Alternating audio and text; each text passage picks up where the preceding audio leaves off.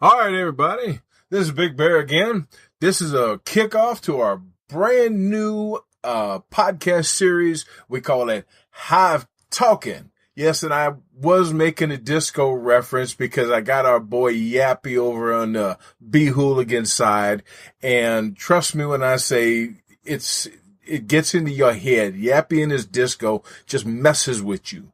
So he was going off on some Donna Summer thing, and all of a sudden Jive Talking, BG thing, and it just popped into my head, and it's just Hive Talking, and there now we have a whole series called Hive Talking, and yeah, blame Yappy, he got it in my head, but we're gonna take this. It's a new format. We're going to do a little bit of more of a one-on-one than the big group, and we're going to have some fun with some individual folks in the beekeeping community. Some folks that may not be directly in the beekeeping community. They're going to be, I'm going to talk to people like veterinarians. We got the whole FDA, USDA thing in, with the prescribing for antibiotics. So we're going to talk about talk to people all across having anything to do with bees and beekeeping. But today, I thought what would be really cool to kick everything off is to get somebody with a little bit of just all kinds of stuff, really cool stuff thrown in. I mean, this guy's got it all happening. I've known him online for a long time, at least a year now. I'm in 2, I think. Yeah, about 2. Yeah. This, my friends, is a young man, and I'm going to use that word loosely. This is a young man named, I've only seen it in text, so please help me out if I mangle it. Patrick Freivald? Perfect. Oh, so I was sweating there, dude. I didn't want you to come down here just to beat me up. But, Patrick has got it all going on. He's got his fingers in a little bit of everything, and especially in beekeeping. Matter of fact, I met Patrick online. We were both in following an author we both like, who's also pretty much a lunatic, but it's a good kind. And, Larry Correa, by the way. And, we happened to be, somehow beekeeping came up. We got to talking we were both beekeepers, both like what Larry writes. And then we just kind of built up talking to each other from there. I came to learn that not only are you a beekeeper, you've got a side business thing going with that, where you do a lot of, infused honey. You do honey production, make infused honey. And yours is a little different from a lot of what people see. And then you're also a high school physics teacher. And I love that because my daughter takes AP physics classes here now. And so every time I use you to threaten her, every time she doesn't want to do her work, I says, I'll call Patrick. Don't make me call him. So excellent. And then of course you are an author yourself. Yes. And I'm not trying to just suck up here because I've said this many times. I am a cheap, miserly SOB, which stands for South Omaha Boy, by the way, for anybody who doesn't know. It's not a foul language thing.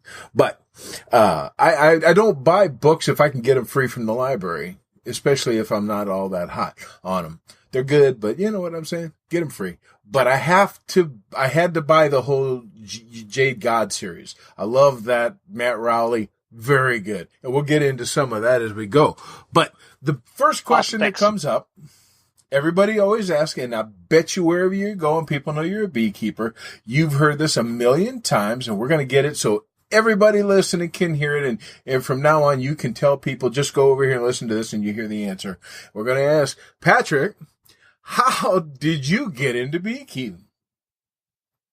So it's something I'd kind of always been interested in. I've been keeping bees now about 10 years. And by the way, as a young man, I am 40. So young blood. Growing up, I was born in Nebraska. I was born in Omaha. Awesome. And moved to New York when I was 4. And my mom had horses, and back behind our house in part of the horse paddock was a pair of beehives. And we didn't know anything about them really. And it's funny because talking to the prior owner, talking to the neighbor of the prior owner, both who'd been there since the 50s, they had no idea whose hives they were, what they were doing there, or anything like that. So my folks just put the paddock in around them. And they lasted for some time, but I had fun watching them and things, but mostly we just stayed away from them. My parents didn't know anything about bees or anything like that, but I'd always been kind of curious. And about 10 years ago, I was getting my car fixed, and my mechanic had honey for sale. So I just said to him, "Hey, Paul, what gives? I assume you keep bees then?" And he said, "Yeah." And I said, "Well, I've always been interested in doing that. So I was wondering, could I come out sometime?" And he said, "Sure." And he had a spare bee suit. So my twin brother and I went out, and we checked out his bees, and the rest is history. So I started with 4 colonies, and the following year I had 8. And ever since I've had about 40 at a time. Wow. If I can keep them alive. You had some trouble with that, but last year before?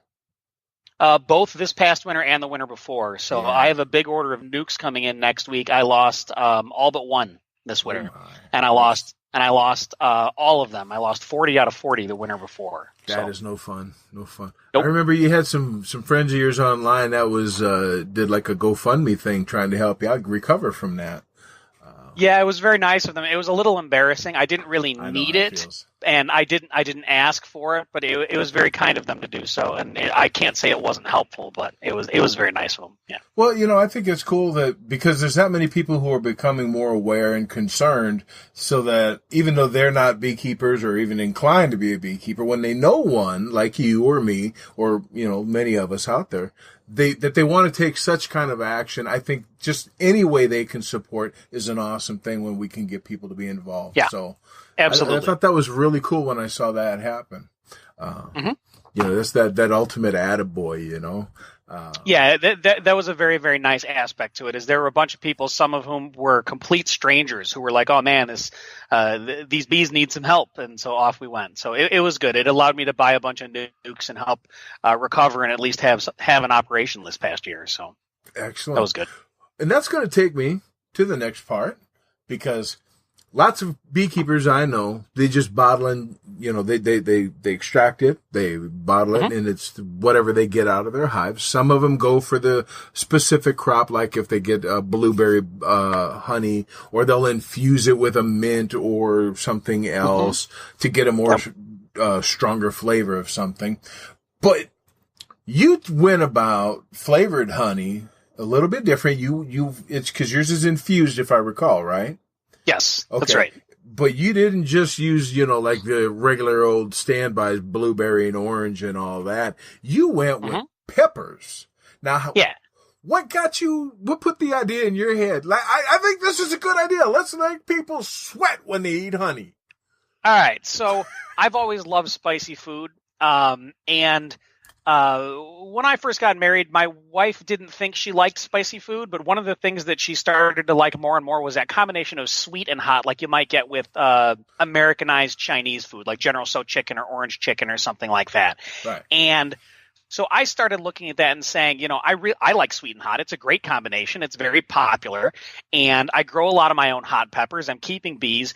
I might as well try and make some just for fun. So I looked around online to see if I could find a recipe, and I found a couple of different recipes on how you might do it. And I played around, and I ended up with one I really liked.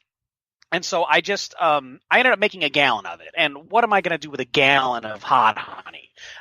So this is habanero infused honey.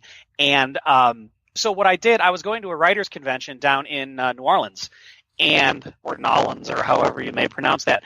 And so I took a bunch of little 2-ounce, the little bears, right. The little plastic bears, and I shipped them to a friend of mine because I couldn't fly with all that honey. Right. But I shipped them to him, and because he was driving, and so he brought them in, and I just gave them away. And it was just something where I had no intention of turning it into a business. It was delicious, but I had way more of it than I could ever possibly need. So I just bottled it up and I gave it away. And pretty soon people were emailing me and calling me and pinging me on Facebook and saying, "Hey, can I get more of that? Can I get more of that? Can I get more of that?" And I'm not that smart, but I'm smart enough to see an opportunity when it smacks me in the face. So I I went through all the rigmarole of getting a commercial kitchen installed so that I could get FDA approval and everything to sell it around anywhere in the United States. So now I have so I'm going to plug my website here. It's at frogspointhoney.com. My property's been called Frogs Point since about 1820. And so I thought that was a cool name, even though frogs don't make honey. And so right now I sell habanero infused, ghost pepper infused, and reaper pepper infused, and they're all about as popular as each other. And it's going nicely. I'm shipping it all over, and it's not huge yet, and that's probably good given what happened with my bees this winter. So hopefully by August, if I get a decent honey crop, then I can make a whole lot more, and then I'll maybe start putting out some advertising. Right now I'm doing mostly word of mouth, and something like this. I've got enough to fill orders right now, but it's something where if it exploded, it wouldn't be a bad problem to suddenly have to buy a whole bunch of clover honey from Wixon Honey down the road or something, right? But, I hear you. Now, but yeah, so that's how I got into that. That is awesome. It was sort of organic. That is really cool. And now, Frogs Point is kind of a historical name for the area you live in. I've seen pictures of which that you've had posts, which is a beautiful area. It's awesome. So that's kind of really cool to have that as a part of that. And you're a pretty, I don't know if I want to use the word avid gardener, but I know you do gardening. I don't know to what extent, but do you grow all your own peppers that get infused into that?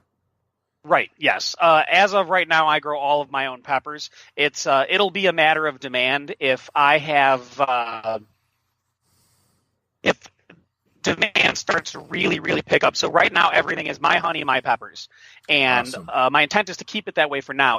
If I can't keep up with demand and it needs to become other people's honey and other people's peppers, then so for example, I know a kid, he's probably 30. He's a former student of mine who is big into hydroponics.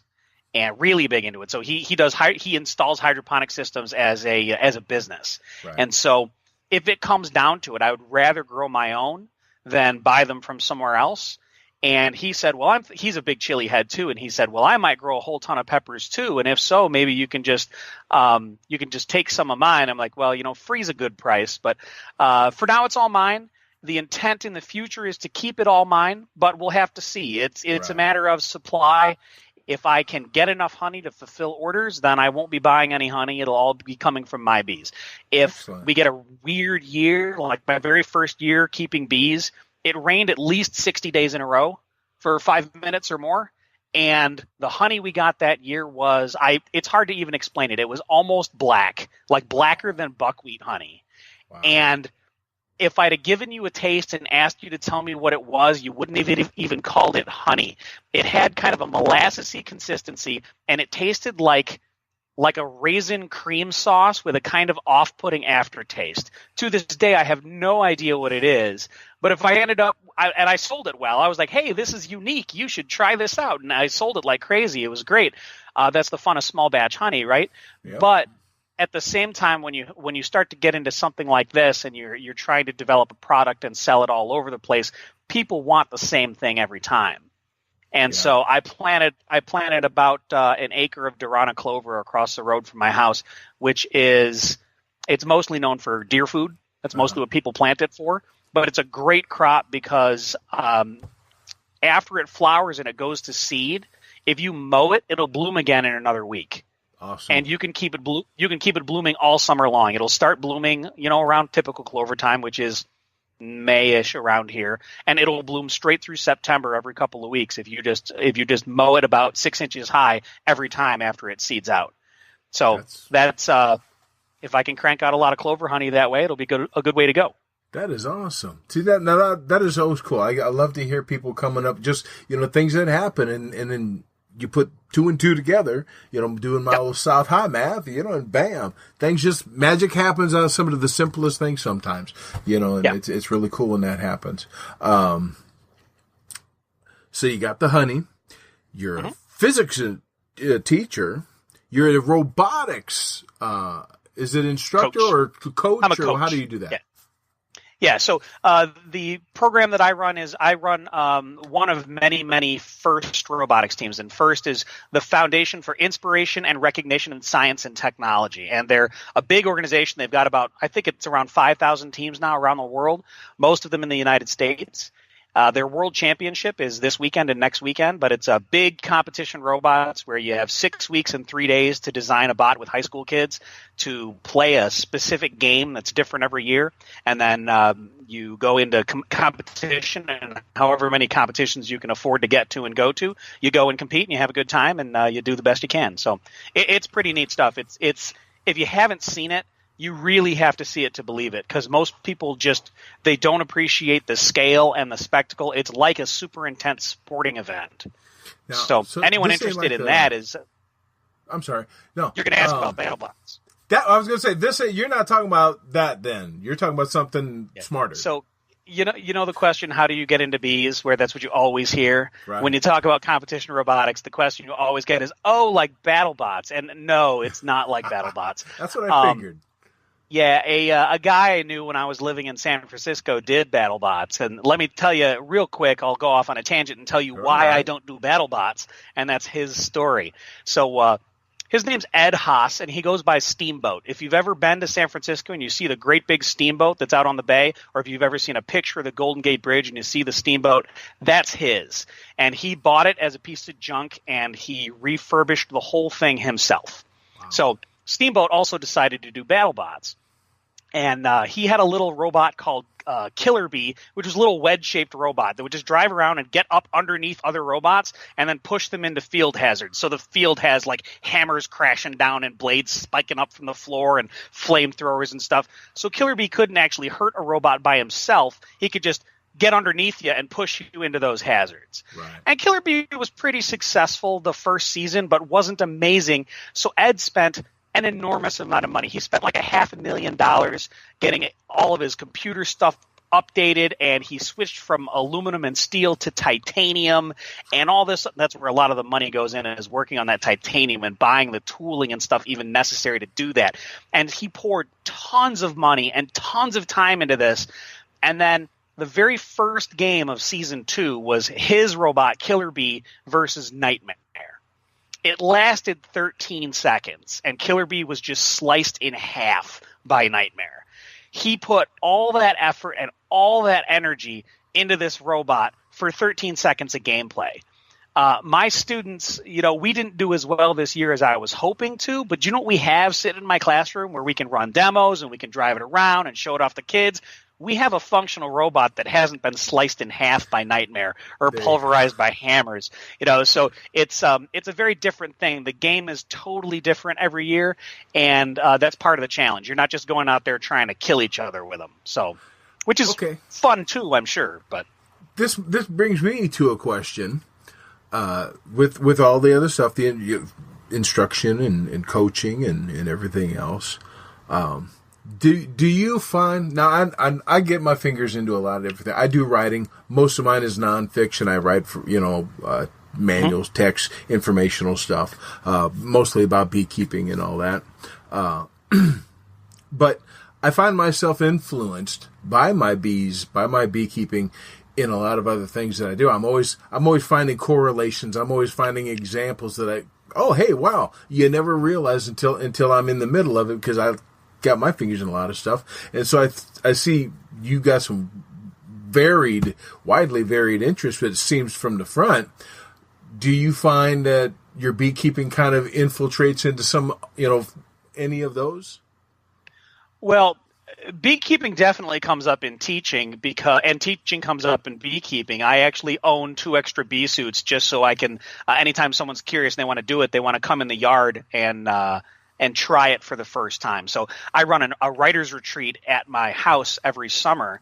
I have for the last couple of years. I'm hoping to make it a tradition that goes decades. But I have every year now, I've had authors suit up and go out into a bee yard. They don't plan on beekeeping. They were never intending to do it, but they're people who just they're interested in doing it. So one of them, Mercedes Yardley, who's an amazing author, she's been writing a book for a while about a kitchen witch. And one of the things that kitchen witch would naturally naturally be involved with, in addition to the gardening and the tinctures and the ointments and stuff, would be beekeeping. And so she was able to come out and actually keep bees in my yard. We just spent like an hour and a half there. It was really neat. My south yard is at my friend Joe's house, and he raises white-tailed deer. So we were able to go down and feed the deer and pet the deer and then go keep some bees. So I do a lot of teaching with bees. I also, because I'm a science teacher, even though I teach physics, bees come up a lot. Kids will just randomly ask me a question. They know I'm an ADD-riddled idiot, and so they know that they can distract me, and they know that bees are a great way to do that. So I end up talking about bees quite a bit when I'm teaching. On the years I can keep enough bees alive, we have an observation hive in the biology classroom that cool. We got board approval for. I had to write up a thing and say, hey, we want to do this. They did not go for me keeping a couple hives on the roof of the school. I wanted to do that because I have you could go right out my window and it's a nice flat roof. Right. And I was like, hey, it would be really cool if we could have some students who could come out and keep bees right on the roof. And they wouldn't bug anybody. They'd go up and away. And they were like, yeah, no. But so, yeah, and that's the so there's some crossover there. With writing, not as much. One of the reasons why is I won't write a story that casts bees in a bad light. Yeah. I refuse. I will not do it. And so people have said, you write horror and you write thrillers. You could write this thing about, crazy killer bee, because everyone wants the killer bee stuff, right? Crazy killer bees, this and that. And it's kind of like the battle bots thing. I'm just like, ugh, no. Yeah. And it's something I will not do. I actually only have one story ever that is related to bees at all, that includes bees. And that's going to be published this July in an anthology called Behold, which has some great authors in it too. So now that is what I wanted to move to, because I've read some of your other stuff. Like I said, I read the Jade God series. Yep. Matt Rowley, great character. Love the story building you did with that. I find, I don't know how you feel about being compared with other guys, but I really do. I find the theme, the story building you did is extremely comparable to, Larry Correa's MHI universe, or even John Ringo's, he's got a couple series that he just really did well. And I think Matt Rowley's series fits. I mean, you just really great job character building, story building there. So I loved that. And I can definitely understand not wanting to put bees in a negative light. We get the media doing that more than enough for us. Yeah. But seeing recently the advertisements and the notices that you've come out putting that anthology, and so I'm obviously we're gonna guess that it's not a story putting bees in a bad light. This is going to be some kind of a positive. Is it going to be more of a sci-fi fantasy kind of a thing, or? Okay, so the theme of the anthology, the full title is Behold, Mysteries, Wonders, and Oddities. Or maybe it's Mysteries, Oddities, and Wonders. But it's something like that. And so the different stories are set up in different ways. And they all have some sort of supernatural bent to them. Okay. And so the oddities would be some sort of device that might have some magical properties to it or something like that. And so the story is called Earl Pruitt's Smoker, and it starts when a young woman who just got into bees has purchased a smoker from the estate of an old beekeeper who's just passed away. And when she uses it for the first time, she basically becomes one with the pheromone cloud, and her essence and her intelligence sort of spreads around the town with the honeybees while they're foraging and gathering. Humans being what they are, she gets herself into some real trouble with this, I can see that. And it goes from there. But that's the premise of the story. So it's not like I didn't present the bees in an extremely positive light. At the same time, I didn't really. They're definitely not in a negative light. Right. But they're the primary vehicle for how this works. And so it's. The story is a little bit of an allegory of the dangers of the hive mind and of groupthink. And things like that. So, but I like the device. I like the device of the smoker, because the smoker itself in society has got this people look at it as a mystical thing that, a magical thing that beekeepers use, and some people think it's absolutely evil. Other people, I know beekeepers, it's like they would never think of beekeeping without it. It's like their saving grace.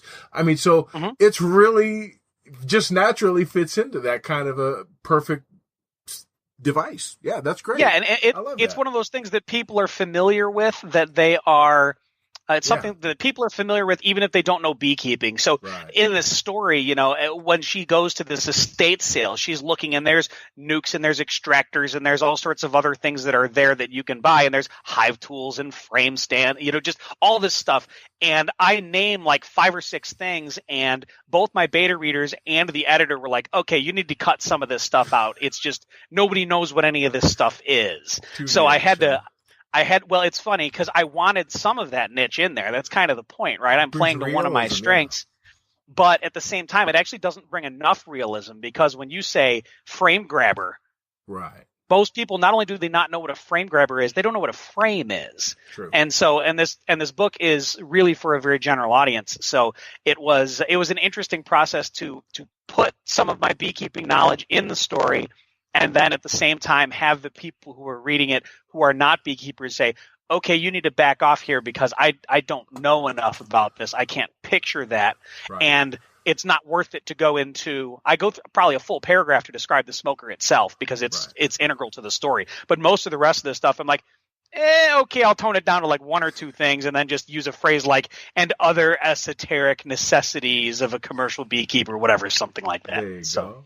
Well, I'll tell you what, when that comes out, I will make sure to put it on the Be Smart website because, by gosh, people need to read that. That's going to be cool. Very good. That'd be great. Awesome. There's some other really awesome authors in that anthology, too. So. Oh, I mean, I've seen some of the names that got thrown around for that. I'm planning on reading it for sure. So very good. Cool. I know I'll get into that. Yeah, it should be great. Oh, we're gonna have fun. And moving on with the writing again. I know you have, and pardon me if right off the top of my head, because I just got done reading a couple other things and started on, and I read like 5 books at once. I've got a book for the living room, a book for the, and then I have my tablet that I got my ebooks on. So whenever I'm sitting in the car or something waiting for a kid, I read through my tablet. So I got a book for each area, and I go through so many books. So bear with me if I don't recall now how many series you've got. I know you've got the Matt Rowley series. What other do you have? Okay, so right now I have 6 books published. I have the Matt Rowley books. I just finished the 4th and last book in that series, so I'm actually closing out that whole story arc. I know, sorry. It's 4 and done. So those are sometimes though.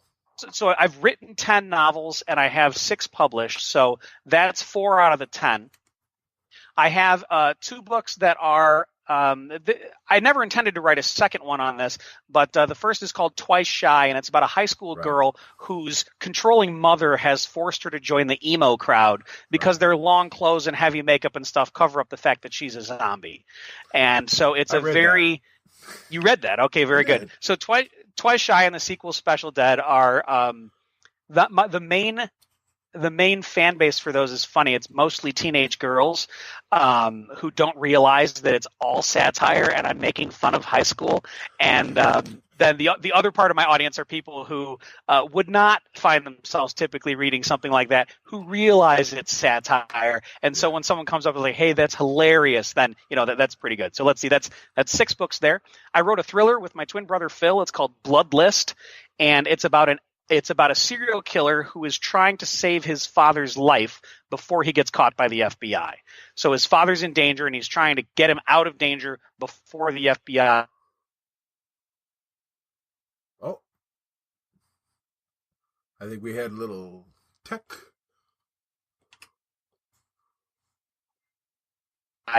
Runs him down. We lost you for a second. We had a little bit of a freeze, so then I'm sorry we didn't catch everything else I have isn't published yet. Okay. So sorry. No, you're all right. It just something froze up a little bit. So if we can get you just saying that the thriller Bloodlist is about a serial killer being hunted. No, go ahead. No, you're finishing. You're doing fine. So, sorry, mine are not here. Sometimes be spotty. Okay, so the Bloodlist I wrote with my twin brother Phil. It's a thriller about a serial killer who is trying to save his father's life before the FBI catches him. And that's all my published books now. So I have a few more that are with my agent, and they range from kind of near future supernatural sci-fi stuff to I've got one for little kids for it's targeted towards boys in the 10 to 13-year-old range about a kid who he's the only kid in his whole school who's not good at magic. And then my last one is a bit of a departure, and it's dark even for me. It's about a guy who's being sexually stalked by a demon. So my agent has all three of those, and we'll see where those go. And we'll see what happens with them. In the meantime, I've got a couple other projects on my plate, and we'll go from there. So you seem to be really friendly with the horror genre, and you dabble in the supernatural a little bit, it sounds like. And now you've got the one which is still kind of supernatural with the smoker thing. Do you see yourself? I guess when you describe, I hear you describe the kids one with the magic and all that. That's more of a. And I'm sorry if the first thing that popped into my mind was one of the many Harry Potter-esque kind of things. Sure. Does it fall into that magic realm stuff? Yeah, it's kind of the anti-Harry Potter.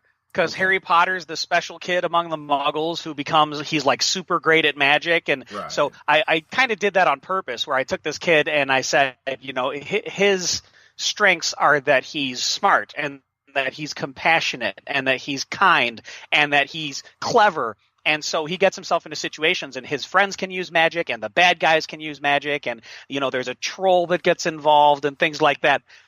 But he doesn't have any of that. He's no good at it. I actually, three words that should never go together, in my opinion. I see them on the side of the road in the early summertime. I see advertisements for Vacation Bible School, and I just look at that and I laugh. I'm like, oh, those poor kids. So this story, he's no good at magic. So his parents end up sending him to Vacation Magic School to see if they can't get him better at it before the next year comes in, and he's supposed to use it in school. So, but yeah, I don't always write stuff that's in the magical and mystical realm, but I do tend towards either like dark fiction or thrillers. That's generally my bailiwick. You're probably not going to find me writing a romance anytime soon. Something like that. So.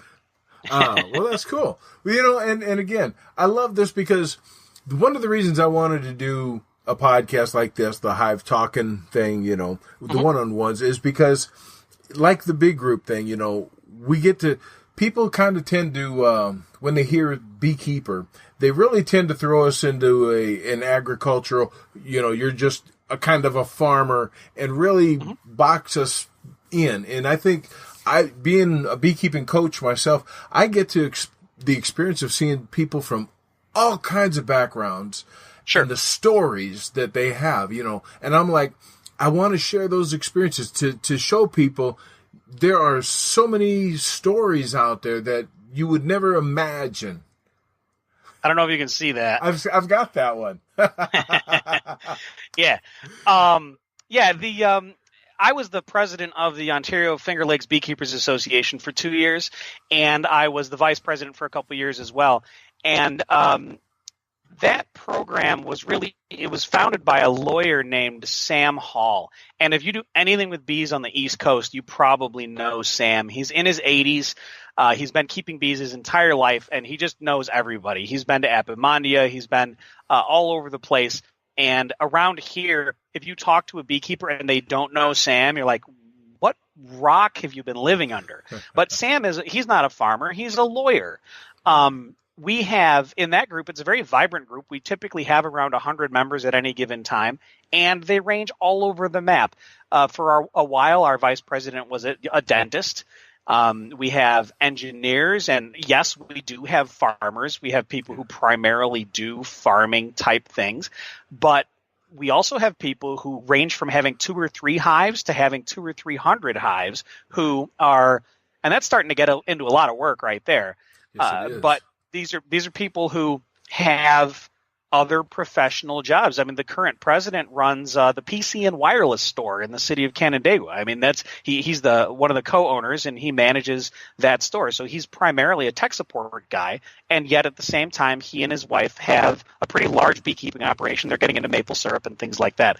So I think it's definitely a stereotype, is that Venn diagram of beekeepers and crazy, or of farmers and crazy people get you your beekeepers, and yet it's not really true. It's I think we're all a little crazy, but I think you have to be. Not just to keep bees, but I think if you're human, you're probably a little crazy. But so it's very much a misconception, and if you end up talking with any group of beekeepers and find out something about their background, you'll find that it's all over the map. Yeah. And this is kind of why we were hoping to do. We're going to get, we're having a lot of fun talking with you. I mean, to see where people come from and how they implement. Sure. People not only just get involved in beekeeping for different reasons, the purposes, their goals and objectives, but how they turn around and find that it affects other parts of their lives. That's what I really think is how the story, you get your new beekeepers and it occupies so much of their time just in the basics at first. But once you get down into year 4, year 5 and beyond that, and you start to see how they integrate it and how it moves into other parts of their lives, and they again turn that around, like, for example, like you with the infused honey, and you've kind of moved in and spread it out a little bit, how you use your beekeeping and into the writing. So it's kind of neat to see how we start at one point, and then it kind of takes us along for a ride later, as we go along. And that's just, to me, one of the coolest things of all. It's more than just a hobby, or for some of us like me, that's professional way of living, but it's literally becomes a core part of a lifestyle, and it just takes you along. Yeah. It's funny. I spend about a Saturday every week during the summer keeping bees, through the spring, summer keeping bees. Obviously, when it's honey processing time, it's a little more than that. But in terms of the sheer amount of time I spend on things, it's definitely, I'm a school teacher first, and then I'm a writer, and then I'm a beekeeper. And financially, those are in different order. In terms of what comes in, right. Don't go into writing for the money. I'll just tell you that right now. And you already know that. And but it's funny because a lot of people see me as a beekeeper first. And even people in the town where I teach, it's like I'm a high school teacher. I spend 40 hours a week with your kids every week, and then I do hundreds and hundreds of hours as a robotics coach. And I'll be at robotics, and people will be like, "Oh yeah, you're the beekeeper." Yeah. And it's always that where it's one of the first things. So I'm 40. I've been doing it about 10 years, and it's really not a huge, it's a big part of my life, but it's not a huge time sink compared to all the other things I'm doing. It's something I enjoy. It's something I think is important. It's something that's making me a nice bit of money on the side. But with all of that, it's really funny how on other people's perspectives, it becomes one of those central cores of your identity. Right. Exactly. And that's the, I don't know. I've always enjoyed it, but then I let it become the core part of my identity. It's kind of what I am and who I do. But again, it falls into everybody's being an individual and their way they take their individual lives and how they integrate it into that. Each one is its own story. If I could be that good of a writer, I think I'd love to go out and talk to different beekeepers and write a book and the story of each person. That would be an awesome book. I'm not the guy to write it because I suck. Most of all, I suck at writing dialogue. Never have gotten good at it, and I'm a better technical writer than anything. But that to me, those kind of stories are really cool because it's real life. But it's almost that mythological effect to it. Like you say, people, people find out that here's what I do for a living, and I spend X number of time and hours and all that doing this, and I got these degrees, and I've got this and that. But the first thing they see when they look at you is beekeeper. You know? And so it just becomes so. We're hoping to take Hive-Talking in that direction and tell those stories. If I can't write them, maybe I can tell them. And that's very cool. I think we're going to have a lot of fun. We're running down the time here, and I probably should be less time than this, but we kind of got a little carried away. But I really appreciate you taking the time. I know you're a busy fellow over there, and I don't want to keep you away from the books because I've got books to read. So you've got more you want to read. Very good. I'm telling you, brother. Thank you for having me. Oh man, it's been a ball. I love it. I've been wanting to have a chance to just sit down and talk with you anyway. So this is kind of wrap 2 in 1. We've had some fun today. Sure. Very good. This is awesome. Well, thank you, sir, and everybody out there. Thank you for listening to the very first episode of Hive-Talking. Yes, Yappy, that's for you, just for you, brother. Hive-Talking, a disco beekeeper in Alabama or Arkansas, or wherever the heck he is. So we're going to run with that. Everybody, you have a good day. Tune in next week. We're going to have another story, and we're going to have some fun. And Patrick, I look forward to seeing you online and talking to you some more, and we'll watch how your stories unfold. Okay, see you there. All right, bud. Thank you very much.